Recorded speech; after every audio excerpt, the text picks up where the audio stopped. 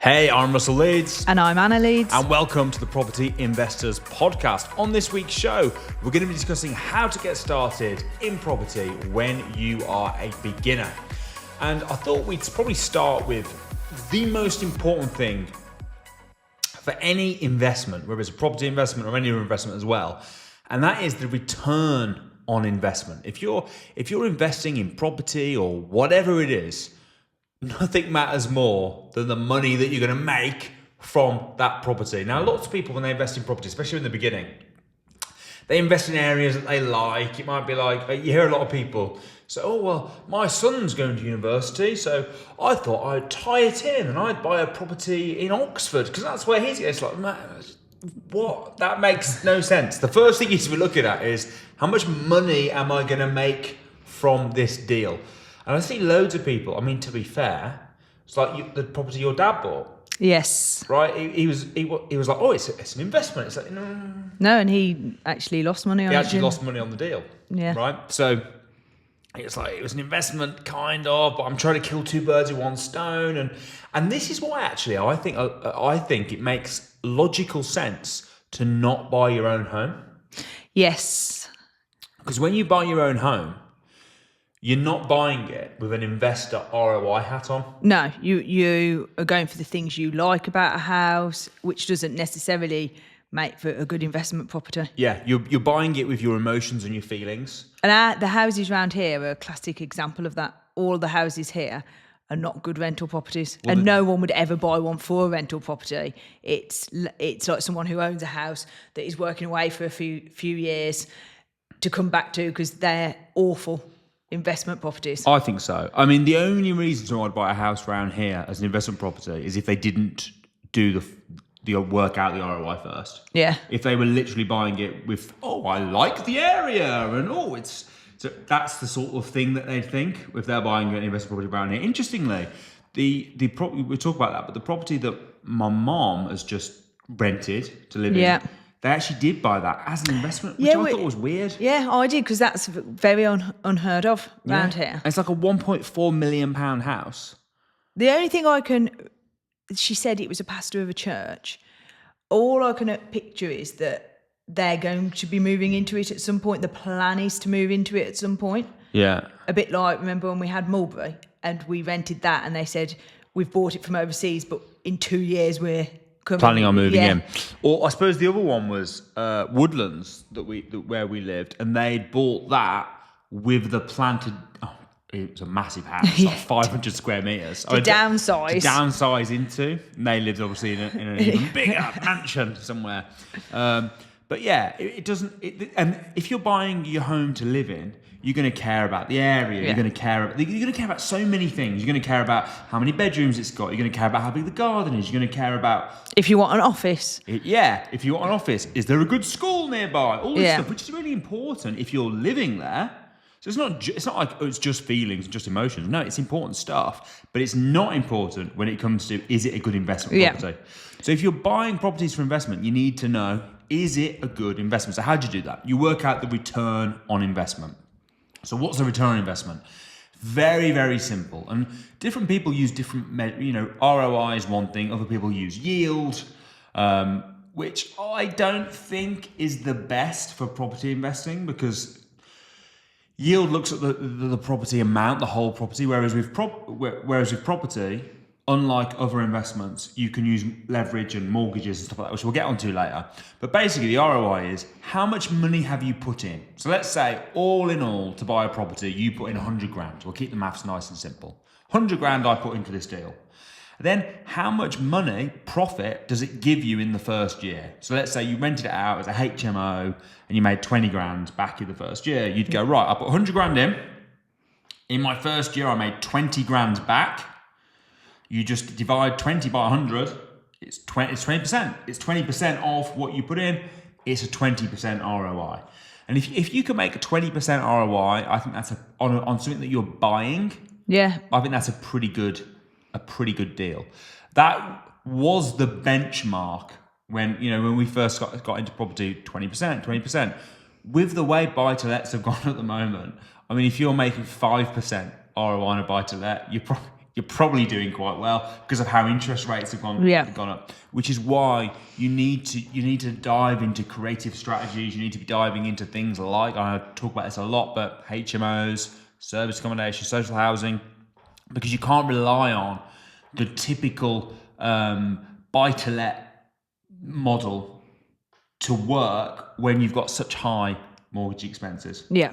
So that's the ROI. That's the first thing. Any investment you're looking at, whether it's gold, stocks and shares, crypto, S&P 500, property, whatever it is you always want to be looking at, okay, what is my ROI? What is my return on investment? And that's especially when it comes to property, because it's so easy when you're buying property to get swayed by other stuff, especially if you're trying to kill two birds with one stone. Yeah. So I always say, don't kill two birds with one stone. It's your first tip. I think another really important thing when you're getting started, which is as important as that, is educating yourself on the subject, because like you say, it could be any subject, but in property, because you can make some big errors. And if you do, they can be very costly in property, because you're playing with big numbers. You're not talking, I lost a £5 when I did that wrong. You could really screw up if you didn't know what you were doing. Yeah. So I think educating yourself is really important. Yeah, when you're starting out. I agree. You definitely want to know what you're doing. You want a plan in place. You want to know how you're going to rent it out. Yeah. You want to do your due diligence beforehand. So if you're going to rent out a service accommodation, is it going to work?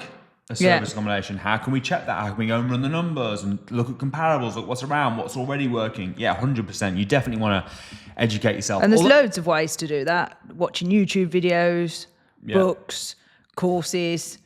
I mean, the list's endless, isn't it? There's absolutely, nowadays, there's loads of ways to educate yourself. It's interesting though, isn't it? Because let's say, property investment is one of the most lucrative professions on the planet. If you look at the Sunday Times rich list, which is all the richest families, I think over 30% of them not just invest in property, because they probably all invest in property, but over 30% have actually made their money through property. So it's a massive industry. And any other industry that was that good and that you're making that much money, let's say if you're a doctor or if you're a lawyer, you wouldn't just go, I'm just going to have a bash at being a doctor. Just give it a go. Have you done an operation before? No, I've not done one, but I'm sure how difficult it'd be. I watched a YouTube video showing you how to do it. It's like, of course, things like YouTube videos are great, but I also think, being around people, going to networking events, training. Obviously, we run, might as well do a little plug for it now, Property Investors Crash Course. You can spend a whole day with Samuel that normally runs it. He's a fantastic property trainer, myself, the team, whole day for £1. Right, it's like you'd be crazy to not come along. So I'll leave a link in the bio. I'll leave a link below. Make sure you come and check that out. But definitely educate yourself. Definitely know what you're doing. But what I was going to say is interesting as well is with property, if you stay in the game long enough, you shouldn't lose money. Yeah. So you can lose a lot of money if you're playing with big money, but you normally only lose money when you sell. Right, so if you buy a property, even if you mess it up, if you buy a property, let's say the only way I can really think of messing it up, if you bought one and you end up refurbing it and it costs more to buy and refurb it than it's even worth, for example, right? But if you stay in the game long enough and you don't sell it and you hold on to it, it will eventually go up in value, right? So the only way you'd lose money, and we talked about your dad and how he lost money on his property, kind of. He actually broke even pretty much, right? But how he lost money was he bought it because he was trying to kill two birds in one stone. Then it went down in value because of the 2008 recession, which can happen. Yeah, and if he'd hung on to it long enough... It'd have been fine. But he didn't want to be a landlord, so he sold it and lost money. Yeah. Right? What he actually did was he actually put on a lease option at I think he broke even but he was annoyed because it had gone up so much and he lost money on it kind of in his head, even though technically he actually hadn't. But he definitely didn't make any money on it. He probably overall did lose some money on it, right? So you can lose money, but only when you sell. If you'd have held on to it, it'd have been fine. Yeah. Right. So my next, I suppose, tip is you remember it's always going to go up in value. I don't plan really on ever selling any properties. No, I think that's a good way to go. Yeah. I'd rather just keep hold of them. refinance them every now and again. Yeah, I which don't is know pulling what the money out. And do you know what the cool thing about that is as well? When you refinance it, let's say you bought a property for 100 grand, sold it for 200 grand, made 100 grand profit. You have to pay tax on that. If you bought it for a company, you're paying corp tax 25%. If you bought it through a personal name, you're paying capital gains tax. I mean, it's 24%, I think, at the moment. So pretty much either way, a quarter of it is gone on tax. If you wait for it to go up to 200 grand and then you get a new mortgage on it, you can pull out, in that case, you pull out 50 grand, but it'd be tax free. Yeah. It's like, why on earth would you? And then you've still got the asset. It's going to go up again. Yeah. You can do it again. Yeah. And again, it just makes sense, right? So don't, and I suppose next tip is you only lose money when you sell. Don't sell. And when it goes up in value, refinance it. Next thing I'd say is, and I suppose this goes for anything really, is you just want to start small. Yeah. Don't feel, the amount of people I see that come along and they're like, oh, I want to do development. Yeah. And it's like, chill. Yeah, just do. You know, the first property we bought, it was like a masonette. It was 70 grand. Right now we're doing developments where we're turning commercial buildings into 48 apartments, which is the project we're doing right now. We didn't start with that. No. And that's what I mean by educate yourself. Because actually, the first time you buy a property, there's a lot of paperwork, the solicitors. And if you're not used to that, once you know what you're doing, then it's fine. But, you know... Can be quite daunting. So if you start on a smaller, then to go just full force into a big development deal, I think you just wouldn't know what you were letting yourself in for. I think you've got to start small so you know what...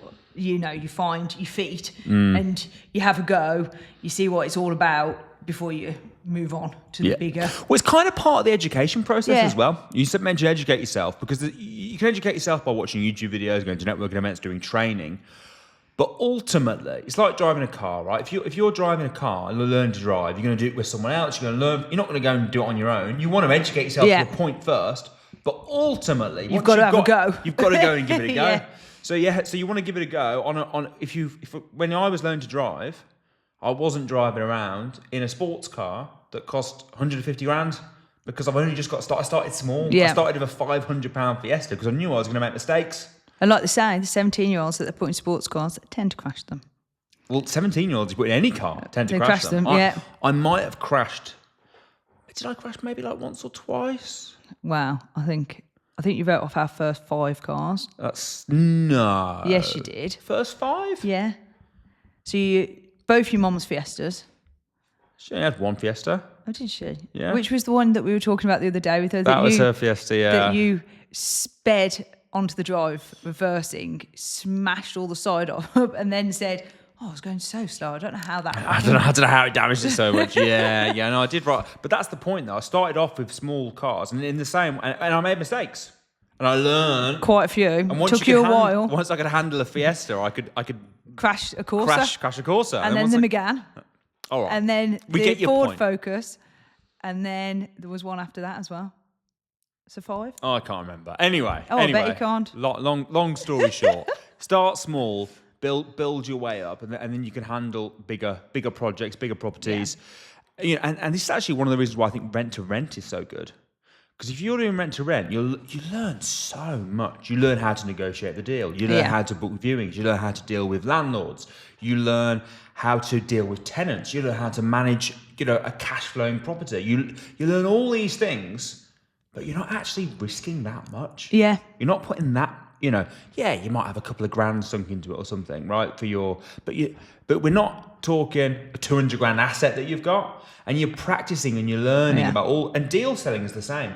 So I think starting off, if you're new to it, with smaller projects and even rent to rent, is a brilliant way of dipping your toe in the water and testing it before you actually go and start spending a load of money, because you get better at everything that you do. Yeah, of course. And starting small makes absolute sense. All right. Next top tip, if you're getting started in property, is leverage. Excuse me. Oh, sorry, just the thought of obviously the thought of leverage. The leverage. You want to be able to use leverage. So what do I mean by that? Potentially you could be using other people's money. You could be doing joint ventures. You could be using bridging finance. There's so much access to other money that isn't your own that you can tap into and use to invest. As long as you're still making money on it, happy days, right? Yeah. So the very first deal I bought, I got a mortgage, obviously, which is leverage. But then I borrowed the money for the deposit from an investor. Yeah. And it was actually a no money down deal. Yeah. We've still got that property. Yeah, That's we the have. one we were just talking about, the little masonette, right? Yeah. We use that using none of our own money. How do you do that? Through leverage, which I think is a definitely a massively underused skill. I think people are often scared of debt. Yeah, I would say that's true. But if you look at someone, we watched the Donald Trump movie recently, and it was amazing how good he actually was at getting other people to lend him money. Yeah. Even like getting the tax man to give him a break and getting these investors on board. And he managed to build this huge building. Now, obviously, you don't have to do it to that scale, because if you ever do use leverage, you are at a bit of risk if you're borrowing the money, because you'll need to pay it back. But if you can use it on, again, start small, some smaller deals, get a joint venture partner in, it could be even for a rent to rent. Yeah. They lend you the money for rent to Yeah. rent, you set it up, you get it started, bang, no money down deal. Yeah. Make cash flow, pay them back, etc. But I think doing deals with other people, utilising other people's money, is definitely a top tip for anyone that's getting started in property. It's definitely something that we have done plenty of. And I suppose the last point I think, again, is really important, is having a goal. Yeah. Why are you actually doing this? What's the plan? I think people that make a plan and then have targets that they're going to hit are way more likely to succeed than people that are just like, oh yeah, I kind of want to get into property. I'll just hang around. I want to know what I'm doing. I think if you've got a definite plan, this is what I want. This is why. This is how I'm going to do it. How many people do we see that have got like vision boards and stuff, and then you see them go on to hit? Yeah. I was about to bring up about vision boards. Go on, tell us what you're going to say. Well, it's mad when you actually look in. When I was first told about vision boards, I was a little bit like, really? What? You put a picture up and then all your dreams come true? Sounds a bit...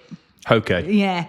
But then the amount of autobiographies I've read from successful people, but not just successful property, but like across the board. Even I remember one of the Little Mix girls wrote it in her book, and she was like, I had a vision board and I was like, this was the life I was going to live. I was going to become a pop star. I was going to live in this kind of house, drive these cars.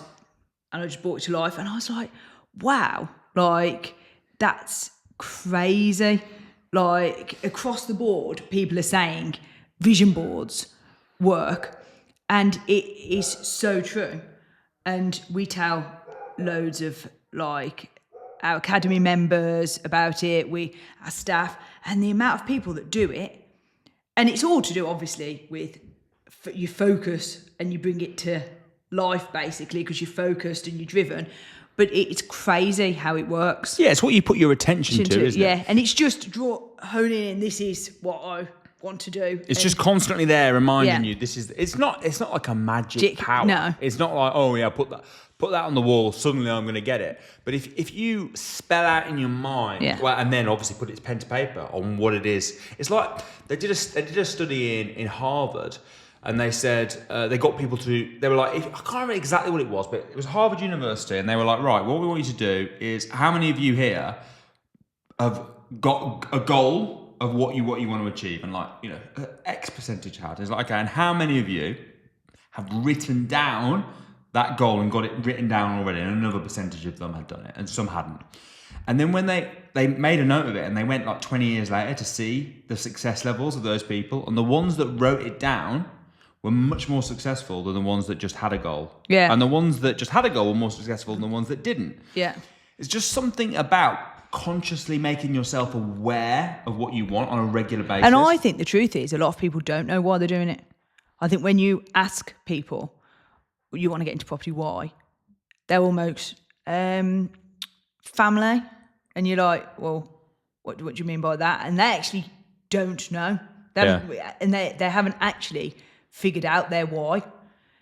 And I think if you haven't figured out your why, then that really hinders you in getting anywhere. Yeah. If you don't know why you're doing or what purpose or motivation you've got for doing what you're doing, I think that's a big stumbling block for a lot of people. But it is mad, isn't it, when at the crash course they're asked their why, and how many people can't actually answer that. Yeah, I don't know why you're here. Ooh. I want to. I want to learn about property. Oh, that's brilliant. Why?